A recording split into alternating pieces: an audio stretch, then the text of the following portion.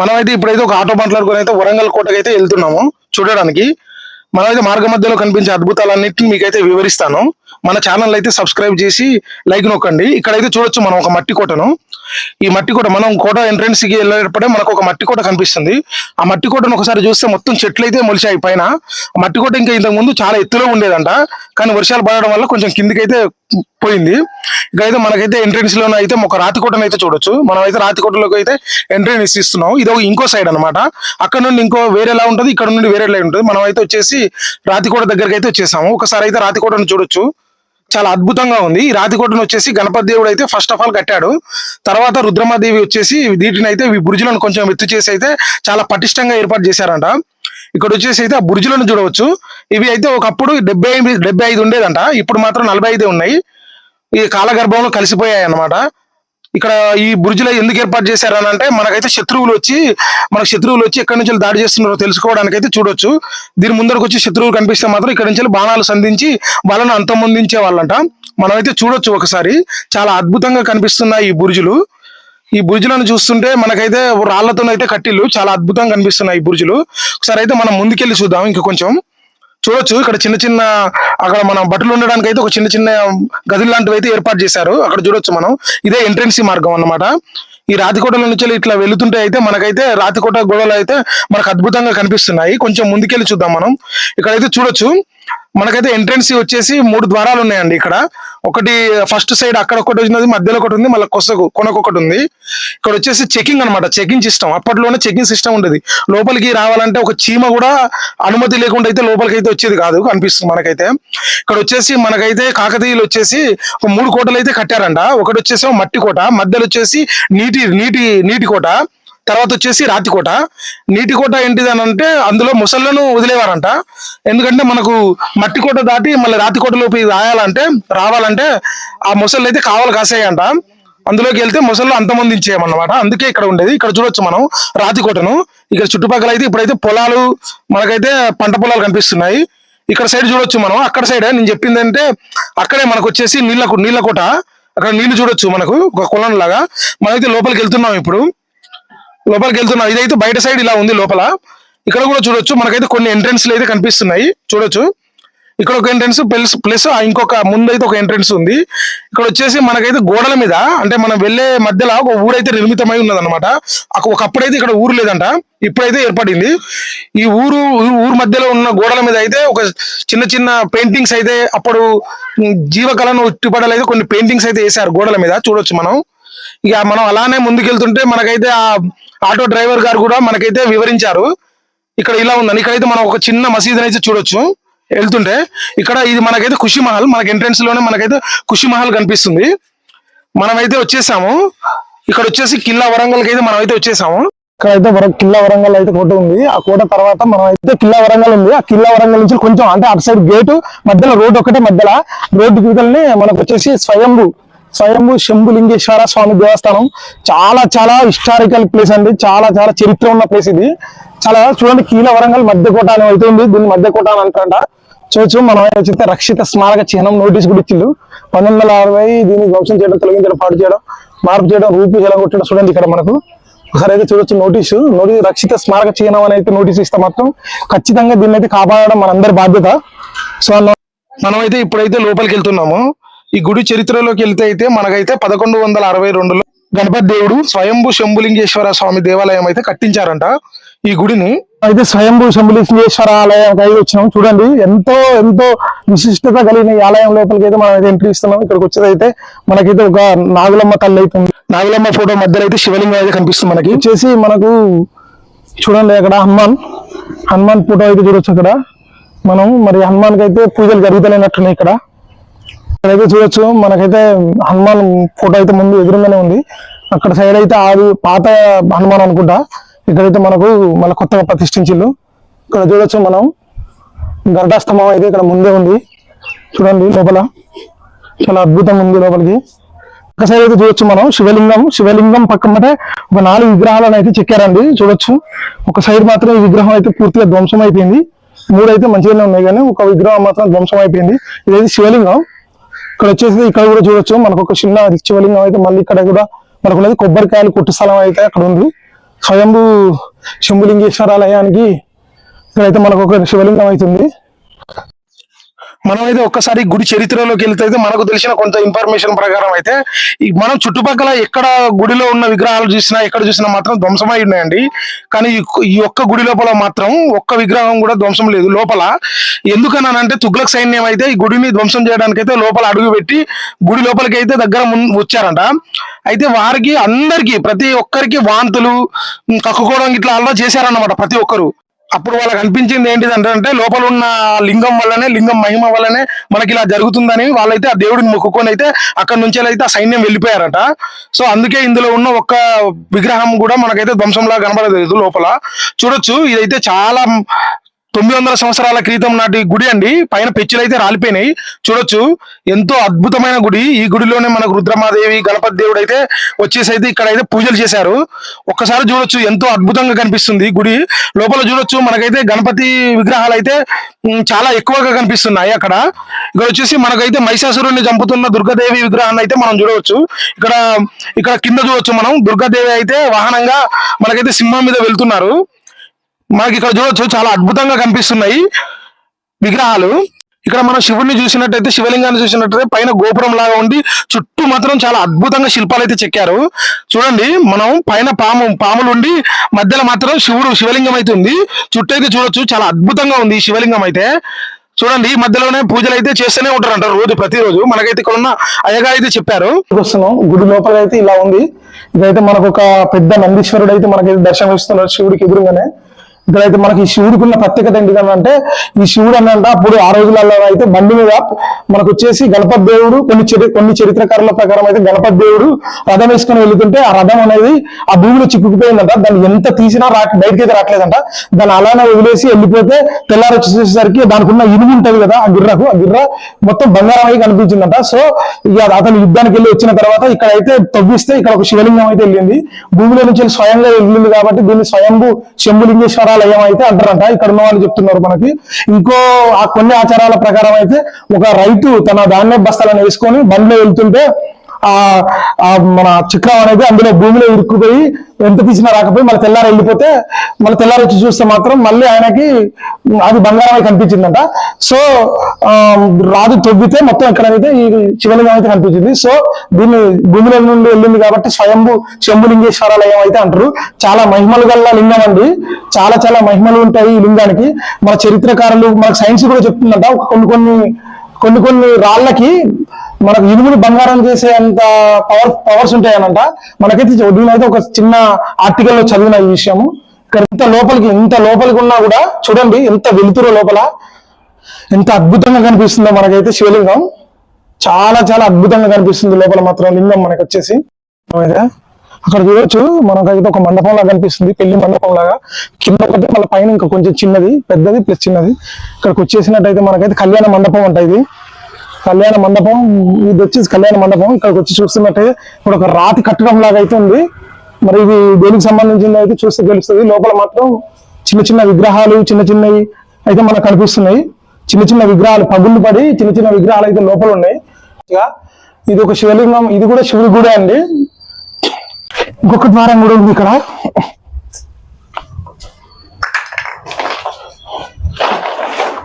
ఇక్కడ చూడొచ్చు, మనకైతే ఇందులో ఏం కనిపిస్తలేవు. ఒక 2 రంధ్రాలు అయితే ఉన్నాయి. లోపల ఏం లేదండి, అంతా ఖాళీ. లోపలైతే ఏం లేదు. ఒకసారి చూడొచ్చు, లోపల ఒక చిన్న టీవీ ఉంది.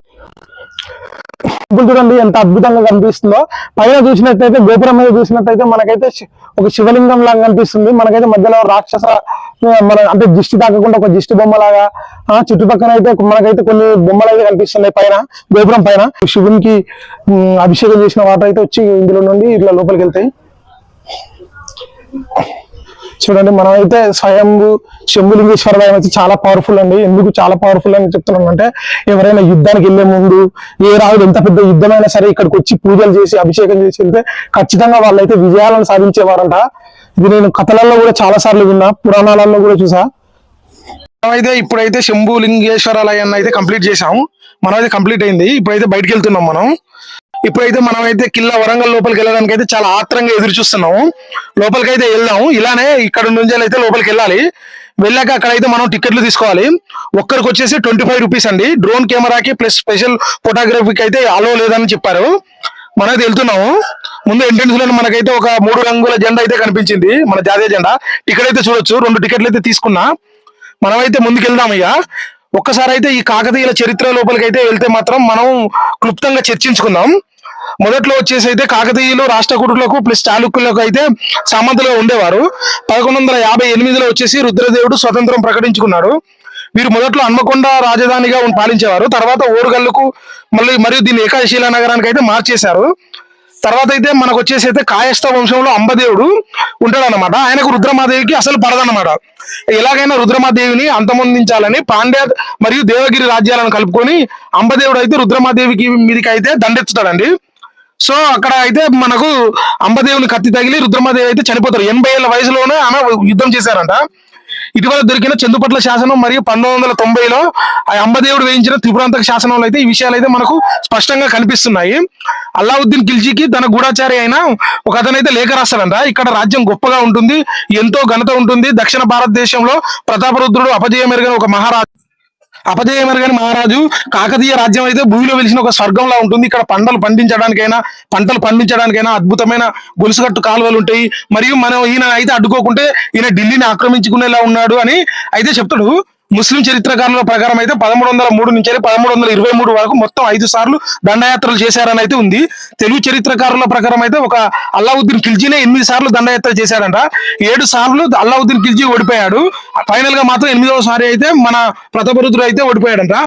అక్కడ వచ్చేసి అయితే ఈ కీర్తి తరుణాలు చూడొచ్చు మంచిగా. ఈ పైన వచ్చేసి అయితే వీటికైతే అంశాలు లేవండి. ఆ కొసలకి చూడండి, కొసలకి ఈ కీర్తి తరుణానికి అక్కడ వచ్చేసి అంశాలు లేవు. ఇది దీనికి ఉన్న ప్రత్యేకత. ఇక్కడైతే మనం అయితే 4 దిక్కుల 4 తోరణాలను అయితే చూడవచ్చు. ఇక్కడ ఉన్న తోరణాల మీదనే కాకతీయ కాలం నాటి వైభవం అంతా ఇందులోనే ఉంటుంది. ప్రతి తోరణంలో ఉండే 4 స్తంభాలు ధర్మం 4 పాదాలపై నడిచిందనడానికి నిదర్శనం. చివరి 2 స్తంభాల మీద కనిపించే గర్జించే సింహాలు కాకతీయులు ఎదురు లేని నాయకత్వానికి చిహ్నం. అలాగే దానిపై తల పైకెత్తి ఎత్తుతున్న మొసలు జలకలకు ప్రతిది. ఎందుకంటే కాకతీయ కాలంలో చెరువులు, కుంటలు, వాగులు పుష్కలంగా వాటర్ కనిపిస్తాయి. పైన ఉన్న 2 అంశాలు కాకతీయుల పారదర్శకత పాలనకు నిదర్శనం. అంశాల కింద చేతులు పైకెత్తి ఉన్న కుబేరులు ఆర్థిక అభివృద్ధికి చిహ్నం. వజ్ర వైడూర్యాలు దండలు కాకతీయుల వైభవానికి చిహ్నం. అప్పట్లో అయితే ఇక్కడ వీధుల్లో వజ్ర వైడూర్యాలు అయితే పోసి అమ్మేవారంట, చరిత్ర చెబుతుంది. కింది భాగంలో బొర్లించిన 7 కుంభాలు అయితే గ్రామ దేవతలకు ప్రతిబింబాలు. వాటిని సప్త మాతృకలు అని కూడా అంటారు. స్తంభాల మధ్యలో ఉన్న చేపలు అయితే ఆ రోజుల్లో మత్స్య సంపదకు సంకేతం. కాకతీయ అనే దేవత పేరు మీద కాకతీయ రాజ్యానికి అయితే ఆ పేరు వచ్చిందని అయితే నమ్మవచ్చు. సామ్రాజ్యానికి అయితే పేరు వచ్చింది. ఇక్కడైతే చూడొచ్చు, చాలా అద్భుతంగా కనిపిస్తుంది ఈ కీర్తి తోరణాలు. పైన ఆ మధ్యలో ఉన్న రంధ్రం నుండి అయితే ఒక టార్చ్ లైట్ ను కరెక్ట్ గా కొడితే అంట ఆ లైటింగ్ ముందున్న కీర్తి తోరణంలో ఉన్న మధ్యలో రంధ్రంలో అయితే పడుతుందంట. ఇక్కడ ఉన్న వాళ్ళు అయితే మనకు చెప్తున్నారు. చూడండి ఎంత అద్భుతంగా కనిపిస్తున్నాయో ఈ స్తంభాలు అయితే. 1309లో అయితే మాలికాపర్ నాయకత్వంలో మళ్ళీ ఖిల్జీ సైన్యం ప్రతాపరుద్రుడు ఓరుగల్ మీద అయితే దాడి చేశాయి. అప్పుడైతే ప్రతాపరుద్రుడు ఓడిపోయాడు. ఖిల్జీ సైన్యం వచ్చేసి అయితే 25 రోజుల పాటు వరంగల్ను సీజ్ చేశారు. కోటను మాత్రం టచ్ చేయలేకపోయారు. ఇక్కడ లోపల సైన్యం ఆకలి నీరు కోసం ఒక్కొక్కరు మృతి చెందుతుండటంతో ప్రతాపరుద్రుడు మాలికాపర్తో సంధి చేసుకున్నాడంట. ఇదే సమయంలో సామంత రాజులు తిరుగుబాటు చేయాలనుకుంటే ఉక్కు పాదంతో అయితే ప్రతాపరుద్రుడు అణిచివేశాడంట. 1311లో అయితే ప్రతాపరుద్రుడు నాయకత్వంలో పాండ్యులపై దండయాత్ర చేసి కాంచీపురం వరకు అయితే పాండ్యులను తరిమి కొట్టాడంట. 1316లో అల్లావుద్దీన్ ఖిల్జీ మరణించడంతో మాలికాపర్ ఖిల్జీ చిన్న కుమారుని అయితే ఒక ఉత్తమ విగ్రహంలా కూర్చోబెట్టి అయితే ఈయనైతే రాజ్యం వెళ్ళాడు. ప్రతాపరుద్రుడు కప్పం చెల్లించడం మానివేశాడు. ఇదే ఆదంగా చూసుకొని స్వతంత్రం ప్రకటించుకున్నాడు. 1918లో అల్లావుద్దీన్ ఖిల్జీ పెద్ద కుమారుడు కుతుబుద్దీన్ ముబారక్ ఖిల్జీ అయితే మాలికాఫర్ ను చంపి గద్దెనెక్కాడు. మళ్ళీ అప్పుడు ముబారక్ ఖిల్జీ సైన్యం ఓరుగల్పై దాడి చేయగా మళ్ళీ కప్పం చెల్లించడానికి అయితే ఒప్పుకున్నాడంట. 1320లో ఢిల్లీలో అయితే పరిస్థితులు మారిపోయాయి. తుగ్లకుల వశం అయితే అయ్యింది. ఆ పరిస్థితులను మళ్ళీ కప్పం చెల్లించడం మానేశాడు మన ప్రతాపరుద్రుడు. దాంతో కోపానికి గురైన గియాదుద్దీన్ తుగ్లక్ 1322లో అయితే ఆయన కుమారుడైన ఉల్గు ఖాన్ ను దాడికి పంపాడు. ఆయన ఎవరో కాదు, మహమ్మద్ బిన్ తుగ్లక్. ఈయన అందరూ పిచ్చి తుగ్లక్ అయితే అంటారు కదా, ఆయననే. ఈయన నాకు తెలిసిన విషయం ఏంటంటే ఈయన అయితే పిచ్చోడు అయితే కాదండి, చాలా తెలివైన వాడు. ఎంత తెలివైన వాడు అంటే ఆ రోజుల్లోనే ఆయన ఆలోచనలు ఇప్పుడు అడ్వాన్స్డ్ గా ఉంటాయి. ఈయన ఆలోచనలు గొప్పదే కానీ వాటిని అమలు చేయడంలో మాత్రం ఫెయిల్ అయ్యాడు. అందుకే చరిత్రలో ఒక పిచ్చోడిలాగా అయితే మిగిలిపోయాడు. ఉల్గు ఖాన్ దండయాత్రకి వెళ్తుంటే మధ్యలో వాళ్ళ తండ్రి చనిపోయాడని తప్పుడు సమాచారంతో అయితే తను వెనకకు తిరిగి వెళ్ళిపోయాడు. ఇక ఇప్పుడు ప్రతాపరుద్రుడు రిలాక్స్ అయ్యాడు. ఇదే ఈయన చేసిన మిస్టేక్ అనమాట. సంవత్సరం తిరగ ముందుకే ఉల్గు ఖాన్ అయితే భారీ సైన్యంతో దాడి చేశాడు.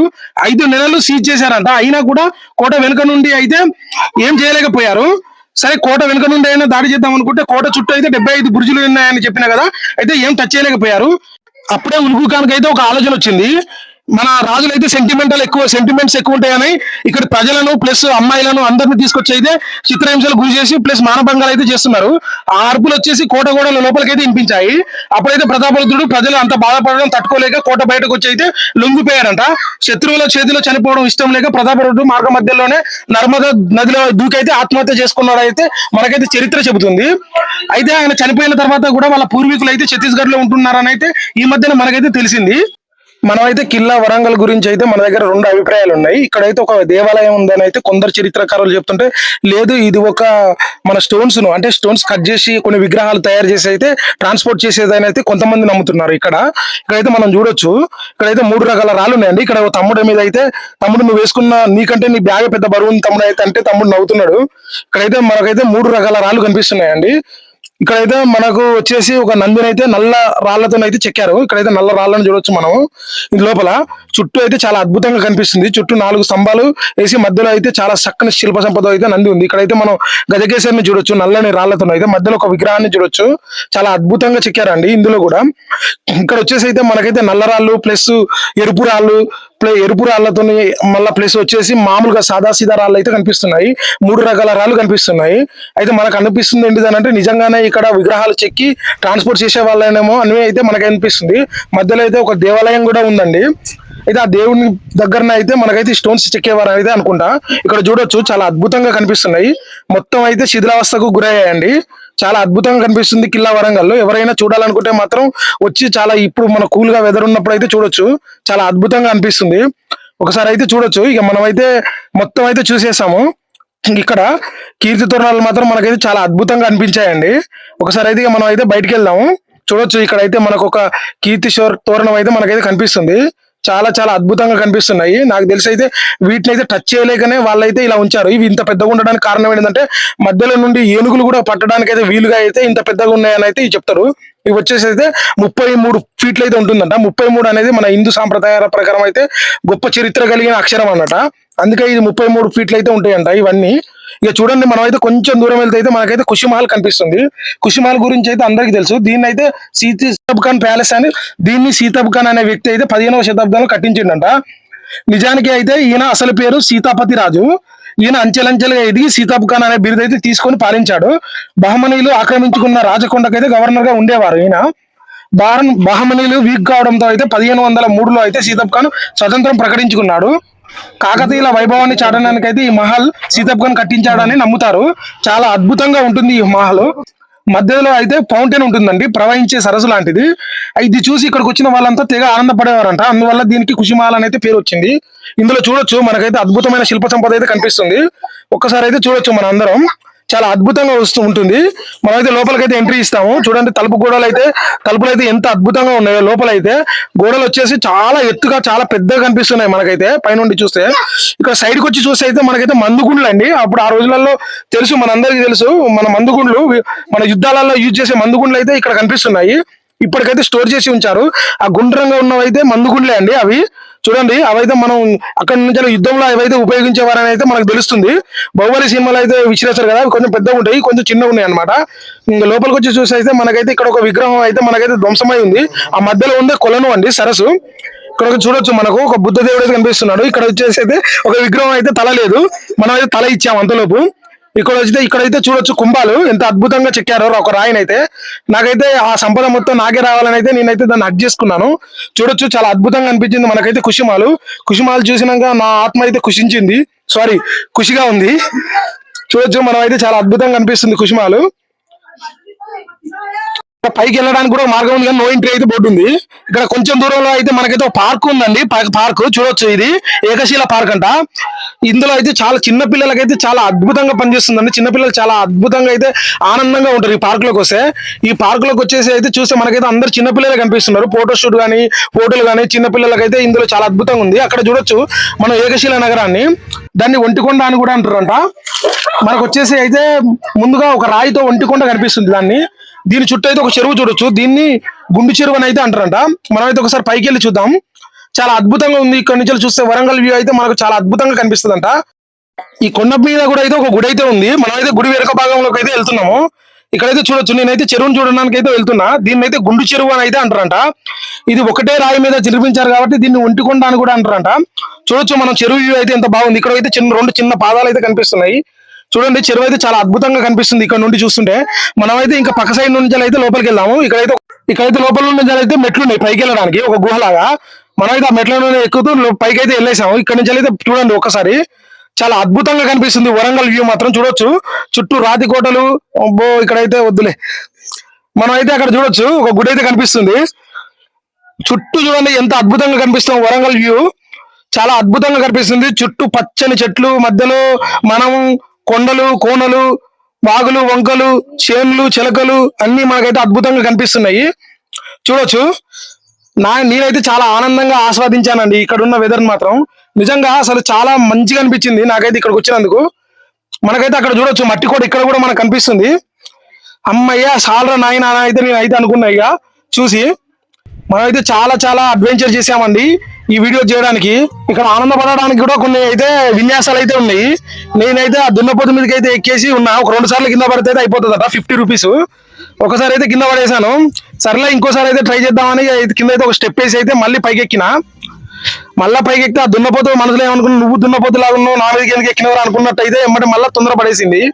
సో ఇక సరేలే ఏం చేద్దాం ఇక అని అయితే నేనైతే 50 రూపాయలు ఇచ్చేసి అయితే ఇంక వచ్చేసాను. ఇక మాకు ఎవరు పట్టుకున్నా ఆయన కూడా ఇక నేను కూడా అన్నా, మరి ఇక నేను కూడా ఎక్కుదన్నా అని అయితే అన్నాడు. సరే తమ్మి ఎక్కుతమ్మి అని అన్నా. ఎక్కితే ఆయన కూడా మరి 2 సార్లు అయితే వచ్చి కింద పడేశాడు మళ్ళీ. ఇక సరే అని అయితే ఇక చాలు మనకైతే ఇక్కడ ఇక అమ్మ అయిపోయింది నాయన అని అయితే నేనైతే కిందికి వెళ్ళినా. ఇక పక్క సైడ్ అయితే ఇక్కడ ఉన్నది. అన్న ఇది కూడా వచ్చి అంటే తమ్ముడు మరి నీ బరువు ఆపుతుందా ఆపదన్నాడు. ఆపుతుందన్న ఎంత ఉన్నామన్నా మనం చాలా 22 32 ఉంటాం, కాకపోతే +50 అన్నా. సరే తమ్ముడు అయితే అని ఎక్కేశాడు. చాలా అద్భుతంగా ఉంది. తీగలు మాత్రం అద్భుతంగా ఊగేస్తున్నాయి. ఎప్పుడో చిన్నప్పుడు చూసినండి తిరునాళ్ళలో, ఇప్పుడు మాత్రం నేనే ఎక్కినా. చాలా బాగుంది. తొందరనే దించేసిండు. ఇక తీగలు తిరుగుతాయనో ఏమో. ఇక సర్లే ఏదో అయిపోయిందని దాని మీద 2 4 5 స్టెప్పులు వేద్దామని అయితే నేనైతే మామూలు స్టెప్పులు అయితే వేసిన. ఆయన అయితే ఒకటే నవ్వుతున్నాడు, తమ్ముడు చాలా చిల్లున్నావు తమ్ముడు అని. తను హిందీలో చెప్తున్నాడు, నేను తెలుగులో చెప్తున్నా. ఇద్దరు భాష అయితే కొంచెం అర్థం కావట్లేదు. నేనైతే డాన్స్ మొత్తం ఇరగదీసా. చుట్టుపక్కల అయితే అందరూ ఘోరంగా నవ్వుకున్నారు. సరేలే ఎంటర్టైన్ చేద్దామని ఇక్కడైతే ఒక జారుడు బల్ల చూసిన. నాకైతే చిన్నప్పుడు జ్ఞాపకాలు అయితే గుర్తొచ్చినాయి. ఒకసారి అయితే వాటి మీదకి వెళ్తే జర్రున జారుదామని అయితే అనిపించింది. ఎంత పెద్దలైనా మనకైతే చిన్నప్పుడు జ్ఞాపకాలు గుర్తొస్తే మనం అయితే చిన్నపిల్లలు అయిపోతాం. నాకు మాత్రం ఇక్కడ చూడగానే నేనైతే చిన్నపిల్లగానే అయిపోయా. అక్కడ ఉన్న వాళ్ళు కూడా చూసి నవ్వుకున్నారు. ఇక ఇలానే మనం అయితే ముందుకెళ్దాము. అక్కడైతే బోట్ రైడింగ్ అయితే ఉన్నదండి. బోటు వచ్చేసి స్పీడ్ బోట్ ఏమో 350 అంట. ఇట్లా తొక్కుకుంటూ మనం వెళ్ళే బోట్ అయితే ఏమో 200 అంట. సో ఖచ్చితంగా వెళ్ళాలని అయితే నేనైతే ఎంతమంది తొక్కాలంటే 4 ఉండాలని అన్నాడు. సరే ఒక్కరైనా వెళ్ళొచ్చు అని అన్నారు. నేనైతే మా కెమెరా అన్నతో అయితే వస్తే తమ్ముడు అయితే వామ్మో నా వల్లగా తొక్కలేని, ఇంతకు ముందు నేను కూడా ఒకసారి పోయినా నాకు మంచి అనిపించలేదు అన్నాడు. సర్లే ఇక నేను ఒక్కరిని పోవడం ఇష్టం లేక అయితే ఇక్కడ వరకు అయితే సార్లే ఇక్కడ నుంచి అయితే వ్యూ చూసేసామని చాలా ఆనందంగా అయితే అనిపించింది. మన ఛానల్లో అయితే కొత్త కొత్త విషయాలు అయితే నేను పెడుతున్నా. ఇప్పుడైతే ఏకశిలా నగరానికి అయితే వచ్చినాం. ఈ మొత్తం ప్రదేశాన్ని అయితే మన ఛానల్లో ఫుల్ వీడియో అయితే పెట్టినాం. మీరు చూసి మా ఛానల్ అయితే సబ్స్క్రైబ్ చేయండి ప్లీజ్ ఫ్రెండ్స్. ప్రతి ఒక్కరు నాకైతే మీ సపోర్ట్ ఇచ్చి మీరు సబ్స్క్రైబ్ చేస్తే నాకు ఒక కొండంత ఆత్మవిశ్వాసం ఉంటుంది. ప్రతి ఒక్కరు మన ఛానల్లో సబ్స్క్రైబ్ అయ్యి నాకు మాత్రం కొంచెం సపోర్ట్ ఇవ్వండి ఫ్రెండ్స్. చాలా చాలా థ్యాంక్ యూ. నేను మిమ్మల్ని ఎప్పుడు ఇష్టపడే మీ మహేష్.